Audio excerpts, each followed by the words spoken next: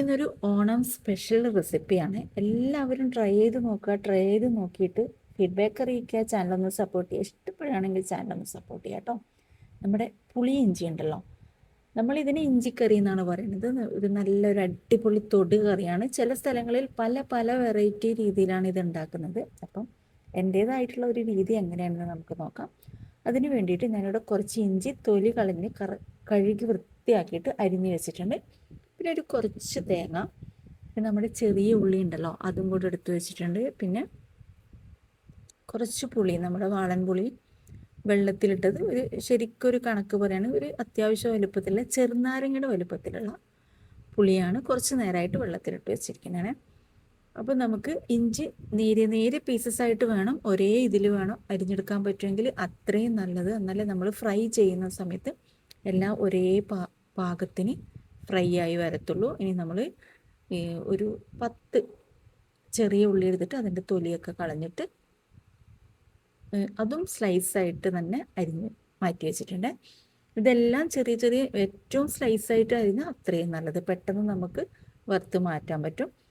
അപ്പോൾ നമുക്കിതൊക്കെ റെഡിയാക്കി എടുക്കാനായിട്ട് ഒരു ഇരുമ്പ് ചട്ടി ഞാൻ അടുപ്പിലേക്ക് വെച്ചിട്ടുണ്ട്. അതൊന്ന് നമുക്ക് കത്തിച്ചു കൊടുക്കാം, ഒന്ന് ചൂടായി വരട്ടെ.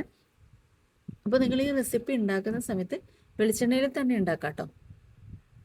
എന്നിട്ട് വെളിച്ചെണ്ണ ആവശ്യത്തിന് ഒരു ചട്ടിയിലേക്ക് ഒഴിച്ചു കൊടുക്കാം. നന്നായിട്ടൊന്ന് ചൂടായി വരുന്നത് വരെ വെയിറ്റ് ചെയ്യാം. ഇതൊരു, നമുക്ക് ശരിക്കും പറഞ്ഞാൽ ഇതൊരു ഹെൽത്തി ആയിട്ടുള്ള ഒരു കറിയും കൂടെയാണ് കേട്ടോ. കൂടുതൽ ഇതിൽ ഇഞ്ചിയാണ് ചേർക്കുന്നത്. എന്നിട്ട് നന്നായിട്ടൊന്ന് വെളിച്ചെണ്ണ ചൂടായി വന്നതിന് ശേഷം അതിലേക്ക് നമ്മൾ അരിഞ്ഞ് വെച്ചിരിക്കുന്ന ഇഞ്ചി ഇട്ട് കൊടുക്കാം.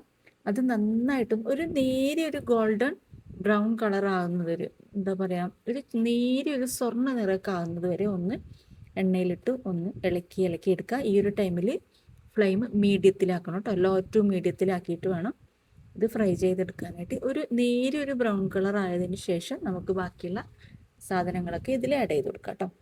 അതുവരെ വെയിറ്റ് ചെയ്യുക. നിങ്ങൾ പെട്ടെന്നായി കിട്ടാൻ വേണ്ടിയിട്ട് തീയൊന്ന് കൂട്ടി വെച്ച് ഇത് ഫ്രൈ ചെയ്തെടുക്കരുത്. അപ്പോൾ കരിഞ്ഞു ഈ ഒരു ഈ ഒരു കളർ കണ്ടോ, ആ ഒരു കളറിലേക്ക് മാറിയാൽ നമുക്ക് പെട്ടെന്ന് തന്നെ ഇതിലേക്ക് നമ്മൾ അരിഞ്ഞു വെച്ചിരിക്കുന്ന ചെറിയ ഉള്ളി ഇട്ട് കൊടുക്കാം. അതും കൂടെ ചേർത്തിട്ട് നന്നായിട്ടൊന്ന് ഇളക്കിയെടുക്കാം. പെട്ടെന്ന് ധൃതിയുള്ള ആൾക്കാരൊക്കെ ധൃതി പിടിച്ചത് ഉണ്ടാക്കി കഴിഞ്ഞ് കഴിഞ്ഞാൽ പെട്ടെന്ന് കരിഞ്ഞിട്ട് ആ ഒരു കയ്പ്പ് രസം ഈ ഒരു കറിയിലേക്ക് വരും. അതുകൊണ്ടാണ് പറയുന്നത് വളരെ ക്ഷമയോടുകൂടി തന്നെ ഈ ഒരു കറി ഉണ്ടാക്കിയെടുക്കാം കേട്ടോ. ഈ ചെറിയ ഉള്ളിയും കൂടെ ചേർത്തിട്ട് നമ്മളൊന്ന് ഇളക്കിയതിന് ശേഷം നമ്മൾ ഒരു അത്യാവശ്യം ഒരു 3 ടേബിൾ സ്പൂണ് തേങ്ങ ചിരവിയതാണ് ഇവിടെ എടുത്തിട്ടുള്ളത്. ചിലവർ നമ്മുടെ ഇഞ്ചിക്കറിയിൽ തേങ്ങ ചേർക്കാറില്ല, പക്ഷെ ഞാനിതിൽ തേങ്ങ ചേർക്കുന്നുണ്ട്. ഇതും കൂടെ ചേർക്കുമ്പോൾ കുറച്ചൊരു റിച്ച് ഫീല് കിട്ടും. അതിന് വേണ്ടിയിട്ടാണ്. ടേസ്റ്റും ഒരു അത്യാവശ്യം നല്ല ടേസ്റ്റ് ആയിരിക്കും കേട്ടോ. തേങ്ങയും കൂടെ ചേർത്തിട്ട് നമുക്കൊന്ന് ഇളക്കിയിട്ട് ഇതും ഒരു നല്ലൊരു, എന്താ പറയുക, നല്ലൊരു ഗോൾഡൻ ബ്രൗൺ കളറും നല്ല ഈ ഒരു കളറിലാവുന്നത് വരെ ഒന്ന് ഇളക്കി ഇത് ഈ ഒരു കളറിലേക്ക് ആയി വരാനായിട്ട് കുറച്ച് ടൈം എടുക്കും. തീ മീഡിയത്തിൽ വെച്ചിട്ട് തന്നെ ഇത് വറുത്തെടുക്കാം കേട്ടോ. എന്നിട്ട് നമുക്ക് ഈ ഒരു കളറിലായിക്കഴിഞ്ഞാൽ വേറൊരു പാത്രത്തിലേക്ക് മാറ്റിയിട്ട് ഒന്ന് ചൂടാറാനായിട്ട് വെയിറ്റ് ചെയ്യാം. ചൂടാറിയതിന് ശേഷം നമുക്ക് മിക്സിയുടെ ജാറിലിട്ടിട്ട് ഒന്ന് പൊടിച്ചെടുക്കാം. ഇതൊന്ന് അരിഞ്ഞ് വരുമ്പോൾ നല്ലൊരു എന്താ പറയുക, നമ്മൾ അരപ്പിൻ്റെ ഒന്ന് വെള്ളമൊന്നും ചേർക്കണ്ട, അങ്ങനെ തന്നെ ഒന്ന് അരച്ചെടുത്താൽ മതി. ഇപ്പം ഞാനിപ്പോൾ ഒന്ന് ഫൈനായിട്ട് അരച്ചെടുക്കണ്ട, ഒന്ന് ഒതുക്കിയെടുക്കാം കേട്ടോ. ഇതോടെ മാറ്റി വെക്കാം. ഇനി നമ്മൾ നേരത്തെ വറുത്തിട്ട് ആ ഇഞ്ചിയൊക്കെ റെഡിയാക്കി അതേ ചട്ടിയിൽ തന്നെ കുറച്ച് വെളിച്ചെണ്ണ ബാക്കിയുണ്ട്. അതിലേക്ക് തന്നെ നമുക്ക് അതൊന്ന് ചൂടായി വരുമ്പോൾ കുറച്ച് കടുക് ഇട്ട് കൊടുക്കാം.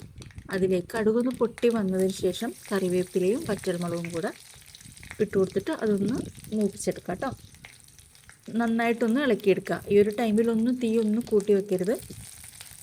ഒരു ചെറിയ പച്ചമുളക് ചെറിയ പീസാക്കിയിട്ട് അതും കൂടെ ചേർത്ത് കൊടുത്തിട്ടുണ്ട് കേട്ടോ. അതും കൂടി ചേർത്ത് കൊടുത്ത് നേരിയൊരു കളറ് മാറി തുടങ്ങുമ്പോൾ നമുക്കിതിലേക്ക് 1 ടീസ്പൂൺ നിറയെ കാശ്മീരി മുളക് പൊടി, 3/4 ടീസ്പൂൺ മല്ലിപ്പൊടി, ഒരു ഇച്ചിരി മഞ്ഞൾപ്പൊടി ചേർത്ത് കൊടുക്കാം. പിന്നെ വേണ്ടത് നമ്മുടെ ഉലുവാപ്പൊടിയും കായപ്പൊടിയാണ്. ഒരു 1/4 ടീസ്പൂൺ ഉലുവാപ്പൊടി ചേർത്ത് കൊടുത്തിട്ടുണ്ട്. പിന്നെ നമ്മുടെ കായപ്പൊടി ഒരു 1/2 ടീസ്പൂൺ കായപ്പൊടിയും കൂടെ ചേർത്ത് കൊടുത്തിട്ടുണ്ട്. ഇനി ഇതൊക്കെ ചേർത്തിട്ട് നന്നായിട്ടൊന്ന് ഇളക്കിയെടുക്കാം. കരിഞ്ഞു പോവാതെ ഇളക്കിയെടുക്കാം കേട്ടോ. ഈ പൊടികൾ ചേർത്ത് കഴിഞ്ഞാൽ ഒന്നാമത് നമ്മൾ ഇരുമ്പ് പാത്രങ്ങളാണ്ട് നിൽക്കുന്നത് പെട്ടെന്ന് ചൂട് അതിൽ ഉണ്ടാവും. അപ്പം തീയൊക്കെ നോക്കിയിട്ട് വെക്കുക. അതൊന്ന് നേരിയതായിട്ടൊന്ന് വഴറ്റിയെടുത്തതിന് ശേഷം നമുക്ക് പിഴിഞ്ഞ് മാറ്റി വെച്ചിരിക്കുന്ന പുളിവെള്ളം ഇതിലേക്ക് ഒഴിച്ചു കൊടുത്തിട്ട് ഇച്ചിരി വെള്ളം കൂടെ ചേർത്തിട്ട് നന്നായിട്ടൊന്ന് തിളച്ച് വരുന്നത് വരെ വെയിറ്റ് ചെയ്യാം കേട്ടോ. ഈ ഇഞ്ചിക്കറി പുളിയിഞ്ചി എന്നൊക്കെ പറയണത് ഇച്ചിരി ഒന്ന് കുറുകിയ ഒരു തൊടുകറിയാണല്ലോ. അപ്പോൾ ഒരു ഇച്ചിരി ഒന്ന് കുറുകിയിട്ടാണ് ഇരിക്കുന്നത്. അതുകൊണ്ട് തന്നെ ഇതൊന്ന് വറ്റി വരുന്നത് വരെ നമുക്ക് വെയിറ്റ് ചെയ്യണം. ഒരു വറ്റി വരുന്നതിനനുസരിച്ച് ഇതിൻ്റെ കളറ് മാറും കേട്ടോ. ഈ ഒരു പരുവായിക്കഴിഞ്ഞാൽ വീണ്ടും നമ്മൾ വറ്റിച്ചെടുക്കണം. വെള്ളമൊക്കെ ഒന്ന് വറ്റിച്ചെടുക്കണം. നമ്മൾ ഇതുവരെ ഇതിൽ ഉപ്പ് ചേർത്തിട്ടില്ല. ഉപ്പ് ലാസ്റ്റാണ് നമ്മൾ ചേർക്കുന്നത്. ഈ ഒരു പരുവത്തിലായി കഴിഞ്ഞാൽ നമ്മൾ ഒരു ശർക്കരയുടെ ഒരു ചെറിയ പീസ് നന്നായിട്ട് പൊടിച്ചിട്ട് ഞാൻ ഇതിലേക്ക് ഇട്ട് കൊടുക്കുന്നുണ്ട്. പൊടിക്കണമെന്ന് നിർബന്ധമൊന്നുമില്ല. ഒരു ചെറിയ പീസായാലും ഇട്ട് കൊടുത്താൽ മതി. കൂടുതലും മധുരം ആവിപ്പോരുത്. കറക്റ്റ് ബാലൻസ് ചെയ്ത് നിൽക്കാൻ വേണ്ടിയിട്ടാണ്.